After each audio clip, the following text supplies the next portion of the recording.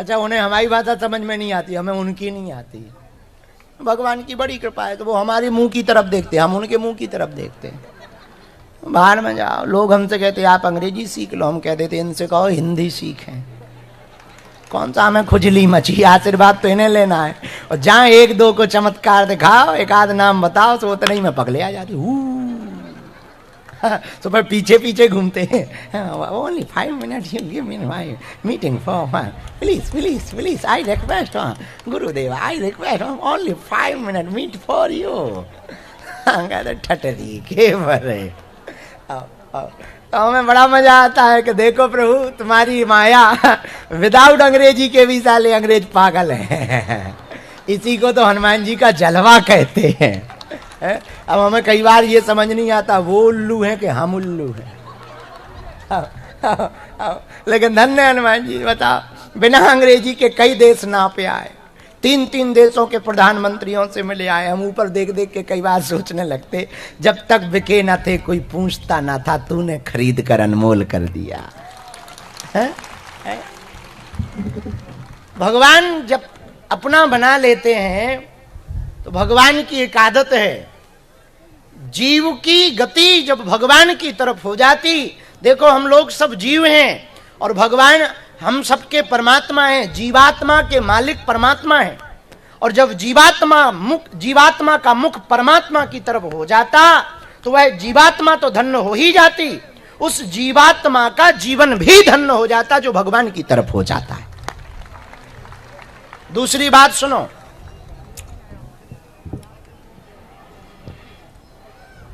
या तो इस तरफ रहो या इस तरफ रहो, बीच में मत रहो, वरना कहीं के नहीं रहोगे, न धरती के न आसमान के। निपटते बीच वाले ही है। सबसे ज्यादा अमीर है उसे टेंशन नहीं, जो बिल्कुल गरीब है उसे बिल्कुल ही टेंशन नहीं, है ही है गरीब। लेकिन जो बीच में है वे हैरान। महंगाई की मार किस पे आती? बीच वाले। कोई दिक्कत ज्यादा आवे तो सबसे ज्यादा परेशान कौन होता? Middle class. सबसे जो लो क्लास है वो तो पहले ही मांग के खा रहा, और सबसे जो हाई है उसे दिक्कत ही नहीं। तो टेंशन में कौन?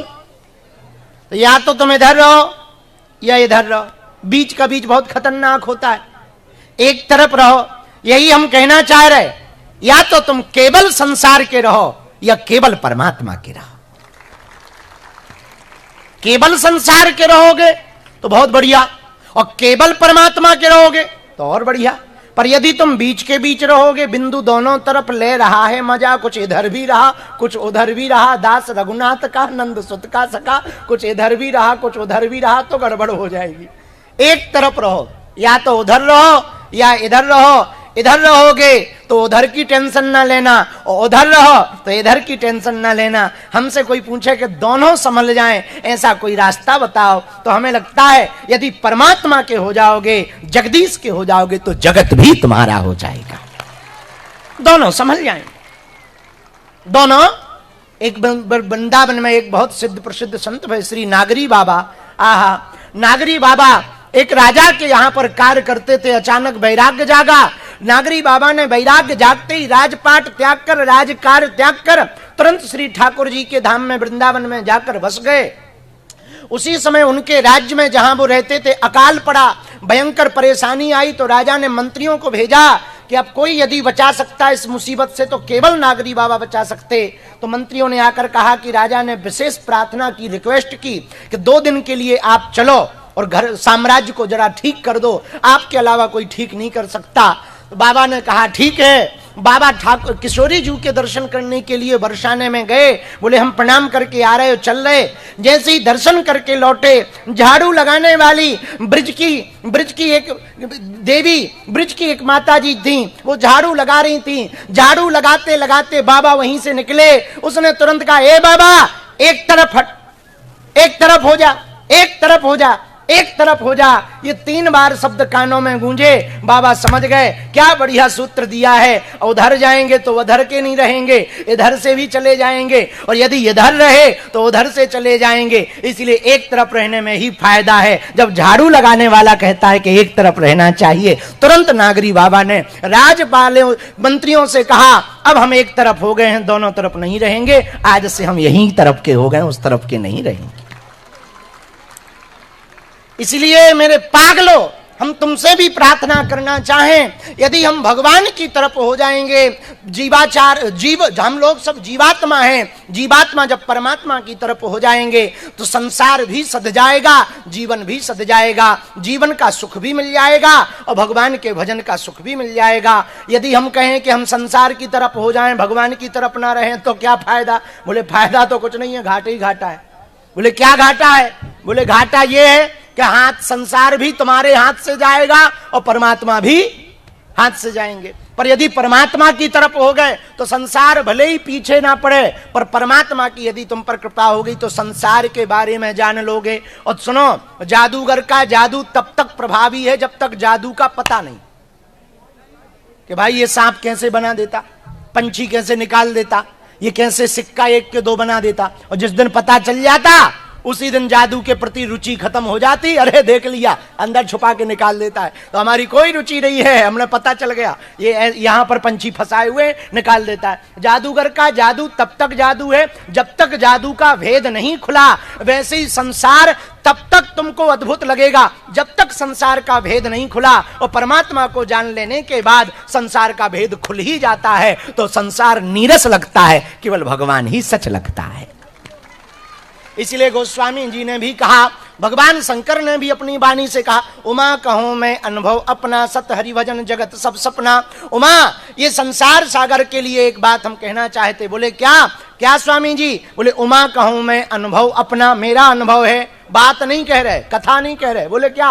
अनुभव है, प्रैक्टिकल, दिस इज प्रैक्टिकल। बोले क्या प्रैक्टिकल? बोले सत्य हरि भजन, भगवान का भजन ही सत्य है, सत्य हरि भजन जगत सब सपना। संसार सागर सपने के समान है, केवल भगवान का भजन ही सार है, बाकी सब बेकार है। दूसरी बात सुनो, दूसरी बात यह है प्रियजनों कि संसार में आकर के मनुष्य तन पाकर के यदि भगवान का भजन नहीं किया तो हम लोग मनुष्य तन पाकर के भी मनुष्य तन की उपलब्धि, मनुष्य तन की सदुपयोगता नहीं किए कर पाएंगे। कान दिए सुन भय को, सत्संग सो जीव दई भज मोहन को, दान के काज दिए 2 हाथ सो पांव दिए तीर्थ घूमन को। बोले कान किस लिए दिए? बोले भगवान के भजन सुनने के लिए। आंखें किस लिए दी? बोले आंखें भगवान के संतों को देखने के लिए दी। कौन से संतों को? जो भगवान के लाडले संत हैं। अच्छा, भगवान के लाडले संत कौन हैं? जो भगवान से नहीं चाहते, भगवान को चाहते हैं, उन संतों को। और जो आंखों से संतों के दर्शन नहीं करते, बोले उनकी आंखें कैसी हैं? बोले हैं तो, पर ऐसी हैं। बोले कैसी? बोले जैसे मोर के पंख में नकली आंख लगी वैसी। हाँ, लोचन मोर पंख कर लेखा, सपनों संत सर दर्श नहीं देखा। लोचन मोर पंख कर लेखा, जिन्होंने स्वप्न में भी सच्चे संतों के दर्शन नेत्रों से नहीं किए, उनके नेत्र मयूर के पंख के समान, नकली आंख के समान हैं। बोलो सीताराम। अच्छा, कान, कान कान बहुत बढ़िया है, तो कान किस लिए दिए? डिस्को सुनने के लिए? नहीं नहीं, फिल्मी गाना सुनने के लिए ना ना। तो बोले किस लिए दिए? कान दिए सुन भय को सत्संग। कौन सा सत्संग? जिसमें भगवान के प्रति आसक्ति बढ़े, प्रेम बढ़े, ऐसा सत्संग जिससे भगवान के प्रति प्रेम हो, ऐसा सत्संग सुनने के लिए भगवान ने कान दिए। और हम लोग सुन क्या रहे? फलाना बदनाम हुआ ठिकाने के लिए है? हम लोग सुन ये रहे। और सुनना क्या चाहिए? भगवान की मधुर मधुर वाणियों को, भगवान की गाथाओं को, भगवान के नाम कीर्तन को सुनना चाहिए। तीसरी बात, हाथ किस लिए दिए? हाथ दान के काज दिए 2 हाथ, दान के काज दोनों हाथ दिए। अच्छा, पैर किस लिए दिए? पैर ऊटी शिमला घूमने थोड़ी दिए। बोले किस लिए दिए? पांव दिए तीर्थ घूमन को, मंदिरों के परिक्रमा लगाओ, तीर्थों में जाओ, गुरु दर्शन करो। देखो, 2 मुखी व्यक्ति होता है। कितने मुखी? 2 प्रकार से 2 मुखी होकर जीवन जी सकते। पूछो कौन कौन? पूछो पूछो। एक मनमुखी, दूसरा गुरुमुखी। एक मनमुखी, दूसरा मनमुखी सदा दुखी। मनमुखी, अच्छा मन कहता है चाउमीन खाओ, मन कहता पिज्जा खाओ, मन कहता हा रबड़ी मालपुआ लाओ। अब मन कहता हो तुम मन की मानते जाओगे तो खाते खाते 200 केजी के हो जाओगे। अच्छा खाते खाते वजन बढ़ा, फिर लीवर खराब, फिर फैट बढ़ गया, फिर वेट बढ़ गया, फिर गेट कम पड़ गया और सेठ हो गए हैं, फिर बड़ा गड़बड़।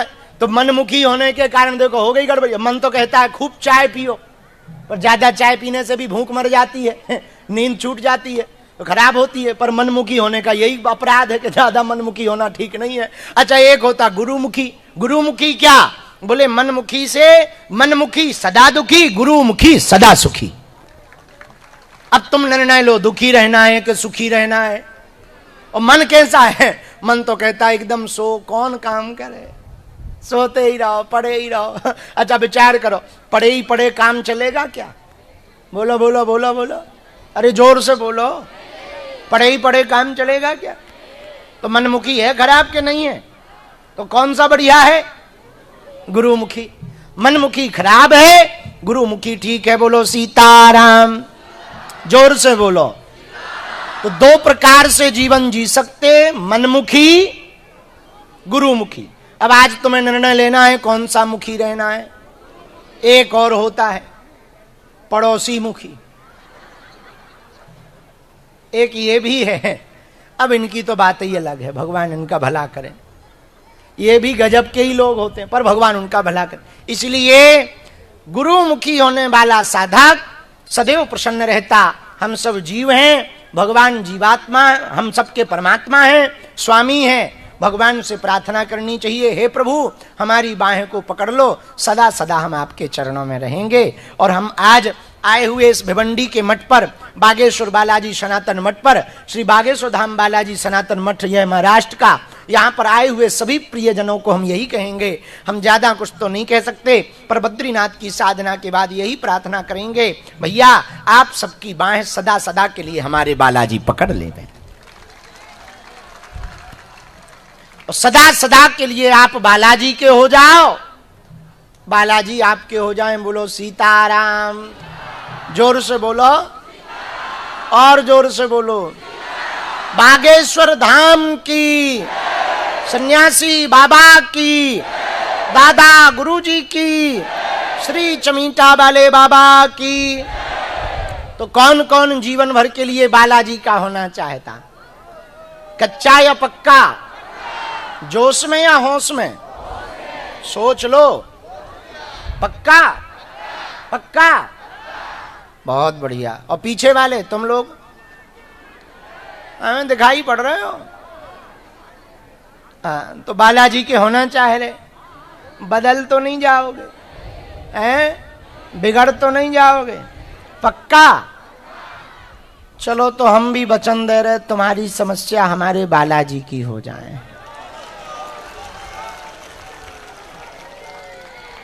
सदा सदा के लिए वो तुम्हारी बाहें पकड़ लें, सदा सदा तुम्हें अपने चरणों से वो जोड़